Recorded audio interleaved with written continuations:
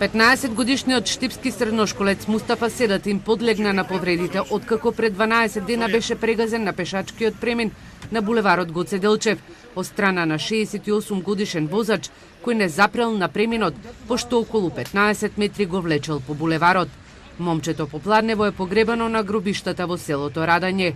Потресните слики пред училиштето и изјавите на средношколците дека на овој булевар се вози како на автопат, а не со брзина од 50 км на час, ги крена на нози родителите. Преку социјалните мрежи се организираа намирен протест на пешачките премини пред училиштето, а на средба со локалната власт им беше ветено дека со изградбата на кружниот тек и поставување на дополнителна сигнализација и вибрациони ленти ќе се зголеми безбедноста на средношколците. Вертикалната сигнализација ќе биде зголемена со флуоресцентна поголеми сообраќајни знаци ќе бидат малку поуочливи.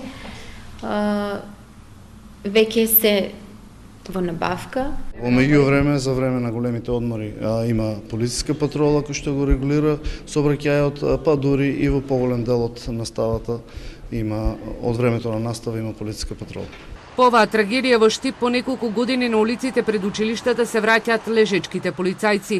Надлежните од основното јавно обвинителство во Штип информираат дека ги чекаат извештаите од лекарите и вештачењето од несреќата. По компетирањето на предметот ќе почне и постапката против 68 годишниот возач кој го прегази средношколецот, кој го поминуваше преминот на големиот училишен одмор.